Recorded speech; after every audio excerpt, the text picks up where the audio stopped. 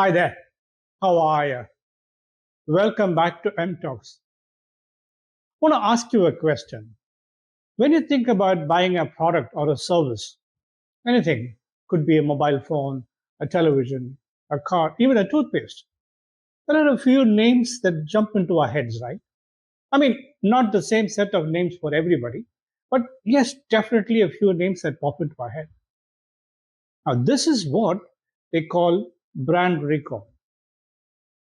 Now, imagine for the people who manufacture these brands, if when somebody wants to buy a product and their name is top of the mind recall for people, half the battle is won, right?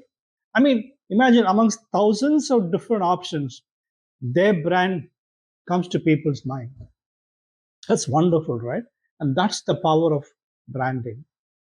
And it's not just that. Branding is so critical because today, given the same space, whatever product it is, be it a toothpaste or television or even cars, there are so many different options available for people. So, for people, instead of going all over, if they can narrow their search to a few brands, it's like I don't think they will look beyond. Yeah, so half the battle, like I mentioned, is won. And in fact, branding is so powerful that some brands have been able to define the function. For example, normally a function is defined by the brand. For example, if you have a toothpaste, somebody says X brand toothpaste, Y brand toothpaste. But there have been brands which have defined the function per se. I'll give you an example. Those days, when you wanted to make a copy, a hard copy, not a digital copy of a document, let's say your birth certificate or some bank document or let's say a title deed for your property and so on and so forth. You know what people used to say? Give me a Xerox copy. Now, Xerox was not the function. The function was photocopying, but people identified that with Xerox. But Xerox was a brand name of a product manufactured by Xerox Corporation. That's how powerful the brand was. And one more example, those days when you had these manual still cameras, the ones where you have to put a film roll and all that stuff. You know what people used to say when they wanted a film roll? They say, or they used to say, I beg your pardon, buy me a Kodak roll. Even though there were a lot of different brands available, Kodak was so popular that people identified the film roll with the brand name. So we understand. Okay, one more example, contemporary. What about McDonald's? The moment you thought McDonald's, you thought burger, right? Even though there are so many different companies that make burgers, McDonald's was synonymous with burger. So that's how powerful it is. So when you think burger, the first brand that comes to your head is McDonald's. I mean, maybe you won't buy it. I mean, you won't go to a McDonald's. Maybe you'll go to a Burger King or Five Burgers or whatever it is. But that's the brand recall. That's the value of the brand. So let's talk about what branding is and how actually it works.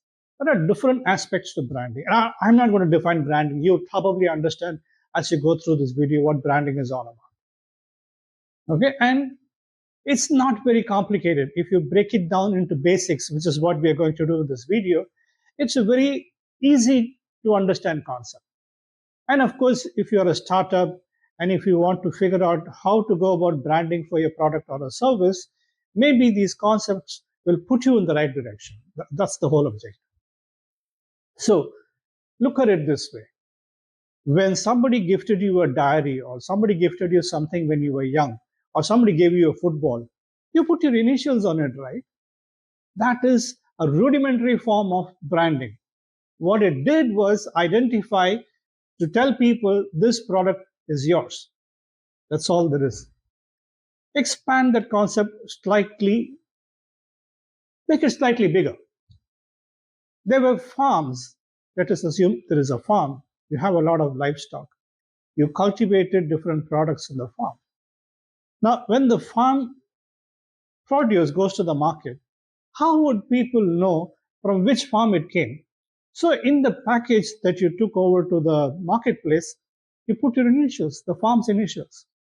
And people also used to brand the livestock with the initials of the owner or the farm. I mean, a horrible thing to do. But what it did was identify the livestock as belonging to the particular farm. So if they strayed, moved away from that area, people knew, okay, this belonged to this farm. So branding, the purpose of branding initially started off as a distinguishing or a identifying factor. Distinguishing from similar, for example, if it is livestock belonging to a different farm, distinguish yours from theirs. That's one thing. Second is identifying. Okay, this is mine. How do you identify it? Or this is somebody's. How do you identify it? With branding. So that is how the whole concept of branding started. And then let's look at it. It started developing. For example, if somebody went to the market, they found the produce from a particular farm to be of better quality. They liked it, better taste. Or even if the livestock they're buying, they found the livestock to be well maintained, well fed. So automatically people started going for that particular brand. So this is what we call brand value. So what happened was automatically there is a certain element of value, be it quality or be it service, that kept getting added to a brand. So the brand value went up. Now, what is the benefit of this brand value for the company that makes the brand? Sometimes they could charge a higher price because their product is in demand. People actually looked out for their product. So they could charge a small extra, a premium. That basically is your brand value. And then let's take it one step ahead. When these companies, I mean, business kept growing. I mean, that's the nature of business. Evolution happens. More products come in, more competition come in. So many different people come into the same space. So people generally tend to become a little more confused in terms of what to buy and all that stuff. So what these companies did, these manufacturers, they did was they created a separate utility or a kind of a differentiator, as you call it, for their product. I'll give you an example. If you look at a toothpaste, what is the basic function of a toothpaste? To brush our teeth with, to clean our teeth. Then people started creating slightly different values. They said, our toothpaste, if you brush with it, your teeth will become whiter. Another set of people said, if you brush with my toothpaste, your mouth will smell better. We use menthol in our toothpaste, so you smell fresh and nice the whole day. Another set of people said, if you brush with my toothpaste, your gums will become stronger. So they started adding more value to the basic function of a product. So, and what they did, what they are trying to do is to position their brand in such a way that it is slightly different from the other products in the same space. So in the toothpaste market, if you have 100 toothpaste, when you have this identifying factor, you pick what you want. So this is brand positioning. Yeah. And then when the number of brands, again, as the market grew and it became global, number of brands became bigger and wider and larger. It was important not just to create the differentiator, but also to reach it out to people. I mean, you have a great product, you differentiated it very well, you positioned it to the right set of people. I mean, you understood who would be buying your product. For example, if it is, let's say, youngsters who want fresh breath, whereas a slightly older category would want stronger gums. So you see how the difference in terms of positioning is. So if you are positioning to the set of people, you need to reach it out to them. Yeah, they need to be the information or the inputs have to go across to them. So how do you do that? With effective marketing, you have to do a lot of visibility activity and campaigns and newspaper inserts and television commercials and whatnot. And in all this marketing or the visibility activities, space is at a premium. You pay, for example, a half a minute television spot, X amount of money. You pay for a half a page newspaper ad, X amount of money. But within that space, you have to make sure that your message, your product reaches out. So then if you had let's say, a big name. The company's name is so big. For example, it is owned by a Stephen Constantinopoulos the third or fourth. So if you put all that into the space, that's all the space will take, right? So you will not talk about the product.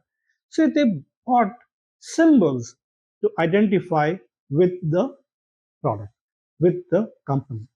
Mercedes-Benz, they had this symbol. BMW, they had this symbol. So they actually optimized on the advertising cost by putting the symbol, and once people saw the symbol, they identified it with the product and the company. Right? For example, American Express. You see the blue box, even though there are millions of products, you identify this as an American Express product. So they saved on cost in terms of advertising. So this is how brand logos came about. And then when we spoke about positioning, they also cut positioning into different levels. Somebody said, okay, I cannot compete with millions of people with lesser infrastructure who make localized products. I'm a big brand. So I'm going to look at it slightly differently. I'm going to call my brand a premium brand so that I can justify the extra cost people pay. So they position it accordingly. I'll give you an example. When American Express came up with their credit card or their cards per se, they were not the first ones. Visa and Master were already well entrenched in the market. So they knew that they will not be the first plastic in somebody's pocket. So what they did, they actually created a different positioning. They created a premium positioning. They said, this card, frankly, is not for everybody. And this is by invitation only. So what happened?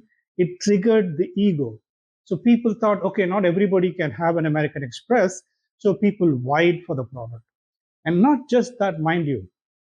So once you have a premium product, you want to show off. I mean, if you have a Rolex, you want to show off. If you're wearing a Cartier or if you're wearing a Gucci, you want to show off, right?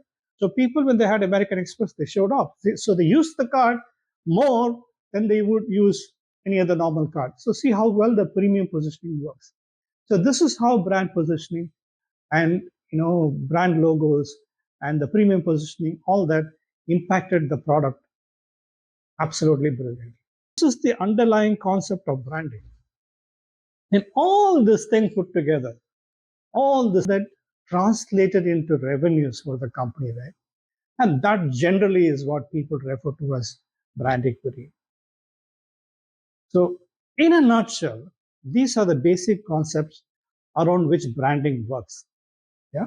I mean, there is a lot of extrapolation, there's a lot of evolution, there are a lot of different things that people have to do to make it larger and bigger and make it a pioneer brand, like I spoke about the Xerox or the Kodak or a lot of other leading brands that exist in the market today. There is a lot of effort, a lot of consistent effort and work that goes into it. I mean, that's not what we're going to talk about. I just wanted to introduce you to you, sorry, I beg your pardon, the concept of branding and what it is all about. I hope you benefited from this video. And I do look forward to seeing you again in my further videos. In the meanwhile, stay safe, stay healthy, stay happy. Bye for now.